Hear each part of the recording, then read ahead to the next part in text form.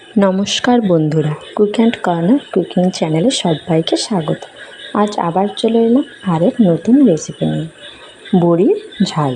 তার জন্য বড়ি, সাদা কালো সর্ষে, কাঁচা লঙ্কা, টমেটো নিয়ে নিয়েছি। প্রথমে শুকনো কড়াইতে বড়িগুলোকে নেড়ে চেড়ে নিয়েছি, তারপর অল্প তেল দিয়ে দিলাম। আবারও বড়িগুলোকে নেড়ে ছেড়ে তুলে নিলাম। এইবারে কড়াইতে তেল দিয়ে দেব। তেলটা একটু গরম হয়ে গেলে কালো জিরা ফোড়ন, কাঁচা লঙ্কা দিয়ে ভালো করে নেড়ে চেড়ে নেব। কাঁচা লঙ্কাটা একটু ভাজা হয়ে এলে টমেটো কুচি দিয়ে দেবো।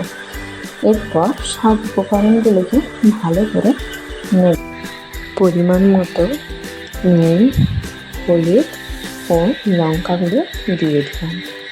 এরপরে ভালো করে কষিয়ে নিলাম।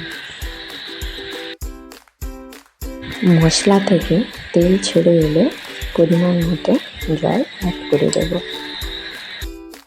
এবারে বড়িটা অ্যাড করে দেব। বড়িটা সব শেষে সর্ষে বাটা দিয়ে বড়ির ঝালটাকে নামিয়ে নেব।